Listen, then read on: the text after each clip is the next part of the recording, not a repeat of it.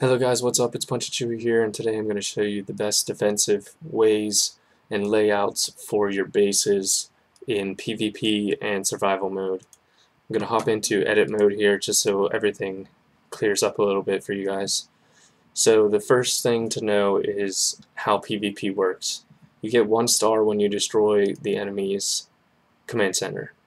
You get 2 stars when you destroy 60% of their resources, and 3 stars you have to destroy everything.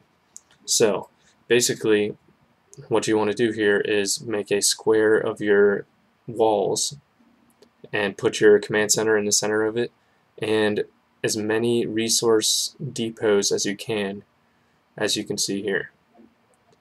Next you want to start putting weapons in, and you want to look at the ranges of the weapons depending on where you put them. Like, for example, the howitzers have the biggest range, so I put them as close to the command center as possible because they can cover the most of the base this way. Hero posts also have a lot of range, and SAM turrets do as well. But basically, my setup here is very symmetrical. As you can see, my SAM turrets are spaced out pretty evenly and can cover actually, it can cover all my base of the inside of this square anyway. Next, you've noticed that I have everything else spread out. You want to spread out these other things because everything that's blue here, you cannot deploy troops on for the enemy anyway. And what you can do here is these little gaps here, the enemy thinks that they're getting closer to my base, but I put a lot of mines in those gaps, so it's kind of like luring the enemies towards the mines. That's also a very good strategy for PvP. Next, I want to talk about offensive strategies of different troop types. First, the AGRs, claws, and juggernauts. Whenever they attack things, they cannot attack things that are enclosed in a square. They have to break through a wall first and then attack. So in order to slow them down, I put squares around every single weapon that I have here. That means for every weapon, AGRs and juggernauts have to go through at least one wall. And since they target corners, the best thing that I do here is upgrade my corner pieces first with the walls. And they attack the corners because if you break a corner, it opens up a gateway to up to 3 areas. So they're kind of smart that way. They won't attack this wall here. They'll attack this one here, this joint here. Okay, so next, I also keep my communication center within my main wall because I like to keep it as close to my resources as possible. Alright, now I'm going to give you guys a few more examples from my alliance and their bases. My base has worked out very well for me, but you should really mix it up every so often to see if you can do better or see if you like the new setup better. Now this first one is Mad Dog, aka Steve, and his base is pretty good. He has pretty good walls here, much better than mine. His command center is the same as mine, I believe, but yeah, it is. He has more of an open concept because he puts a lot of things within his base.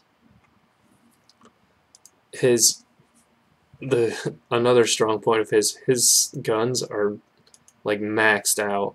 He has level 8 sentry guns, level 4 howitzers, level 2 lasers, level 5 guardians, and really everything is pretty tight in there.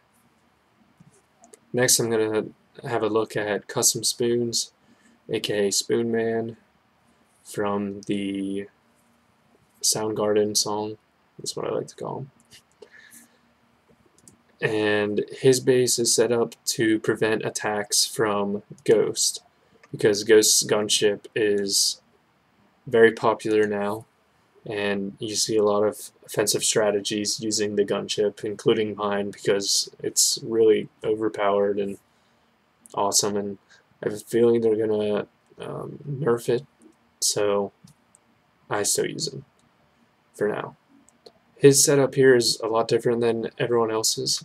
It's very open, spread out, but someone cannot put Ghost here without Ghost getting killed, basically. Wherever you put him, he's going to go towards the nearest object to attack it. And every object covered here is covered by weapons. So you cannot put Ghost anywhere here without dying.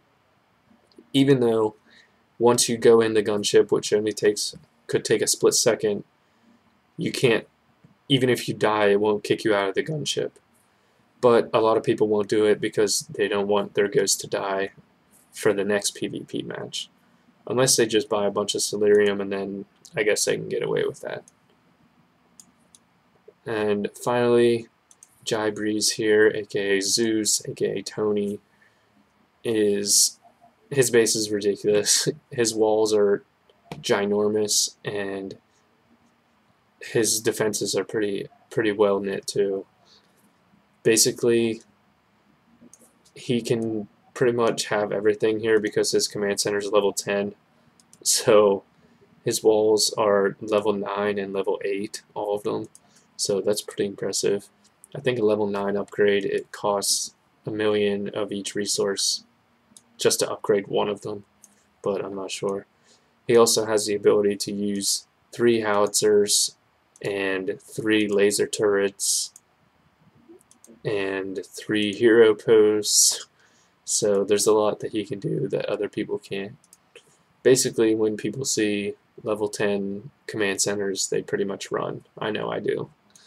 So I hope this gives you guys a good example of some bases, and I hope you can develop your own base plan to get those survival checkpoints and help prevent losing so much PvP points, or rep points I should say, overnight. Hope you guys enjoyed this video, and until next time, I'm Punch Chewy. See you later.